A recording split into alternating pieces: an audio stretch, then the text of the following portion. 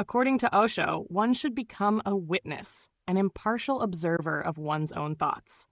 This is one of the central themes in his teachings. However, stepping into the role of witness is to relinquish all desires, plans, preferences, even the compulsive need to judge experiences as good or bad. A true witness simply watches. Whether the sky is blue or yellow is of no consequence, because the witness neither clings to any outcome nor rejects it. Yet the very act of proclaiming or announcing to the world, "I am a witness," risks exposing a hidden preference. And by proclaiming oneself as a witness, one has merely repeated a teaching rather than lived it. Instead, a person who feels like a witness would practice silence. And it's true Osho did practice silence for a while, but that didn't last for long. For Osho, teaching or lecturing itself became a preference.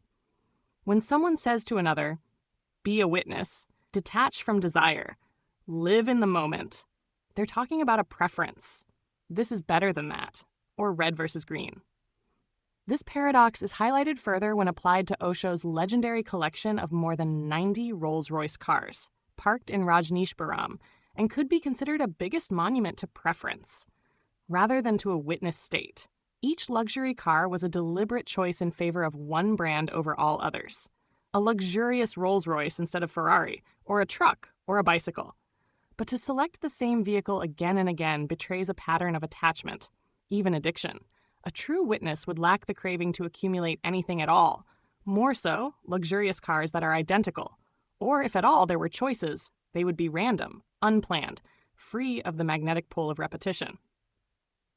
Owning over 90 identical cars is not merely an eccentricity, but a revelation of the mind's erratic compulsions.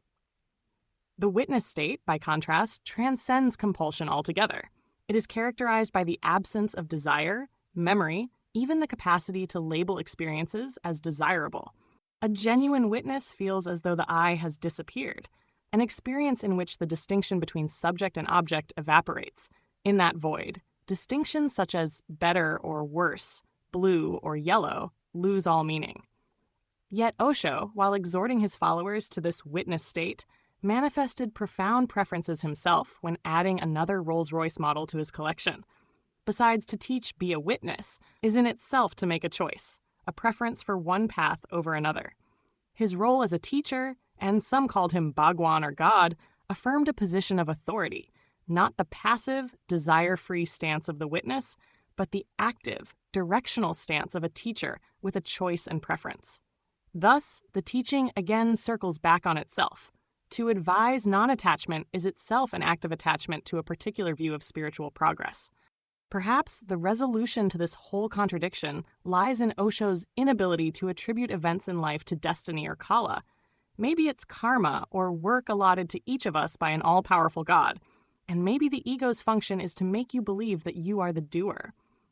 Osho perhaps failed to see this, that actions are the unfolding of cosmic patterns, rather than the isolated deeds of an ego doer pretending to be a witness. But if it's destiny or karma allotted by God, then Osho's erratic repetition of buying the same luxury car again and again is just bizarre.